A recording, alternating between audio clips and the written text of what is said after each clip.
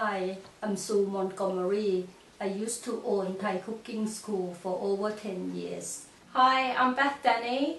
I'm Sue's daughter. We'll be doing a store cupboard pad thai. Sauces that you will be using you should have in your cupboards already. You don't need to make a special trip for this particular dish. This is the preserved turnip that we'll be using in the pad thai dish. It's a good alternative to meat. It has a slightly sweet taste, and when you buy it from the supermarket it will come in a similar package. It doesn't matter too much about the brand, and it'll look like this. It looks a tiny bit like brown sugar, but it'll be slightly larger pieces and it'll have a slightly soft look as well.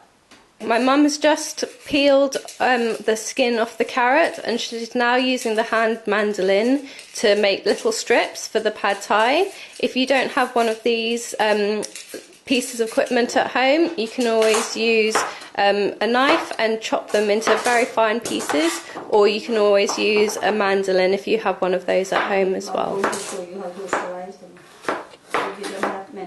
Okay. And you cut it into tiny little pieces like this, long thin strips, and this way it'll cook quickly in the dish, because the pad thai that we're about to cook will be made very, very quickly, and so you have to prepare all your ingredients in advance. At the moment we're chopping up peanuts. You can always use a mixer to crush them, or you can use a rolling pin and you can roll over the nuts, and that way you can have them to sprinkle on at the pad thai at the end. At the moment we've laid out all the ingredients ready to cook.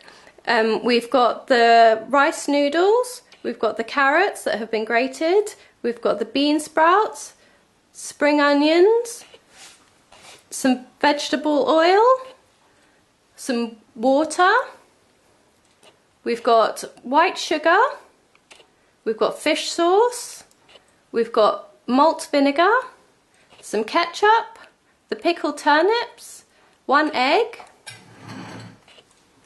we've got some crushed peanuts, we've got some coriander, some dried crushed chilies, and some lime. My mum's putting in the oil into the pan now. It's a cold pan, so that when you turn the gas on the oil doesn't splash into your face.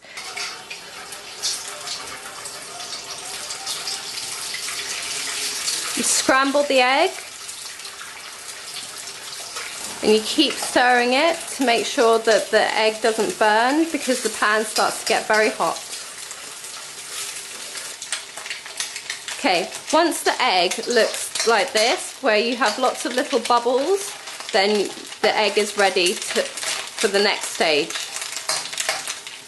Now we're adding the pickled turnips into the egg. So at the moment we have, in the pan, we have pickled turnips, we have eggs, and we have oil.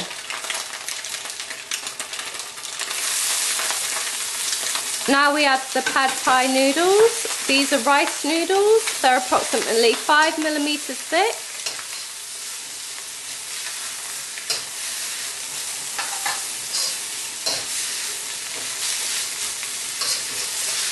The rice noodles have been soaked in cold water overnight to soften, so that it's easier to cook with. At the moment my mum's adding the fish sauce to the pan. If you put it around the edges, it will burn off the pungent taste of the fish sauce, but it will leave a nice salty taste. If you're vegetarian and you don't eat fish, then you can use soya sauce. Now we're adding the malt vinegar into the centre of the pan. And now the granulated sugar. Again, you place it in the middle, and now we're adding the ketchup.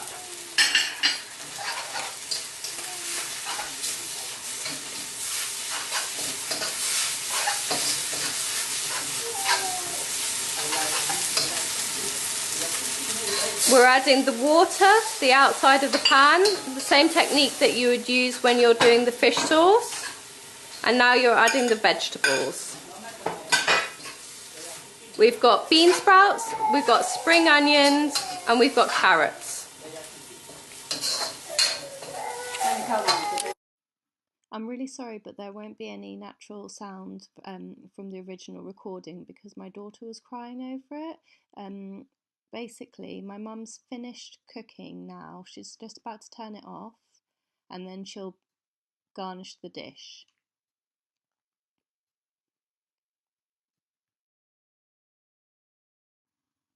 Here she is adding the coriander, the lime,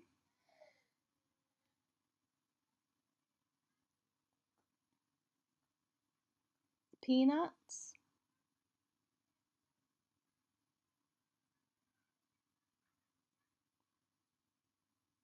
and the dried crushed chilies.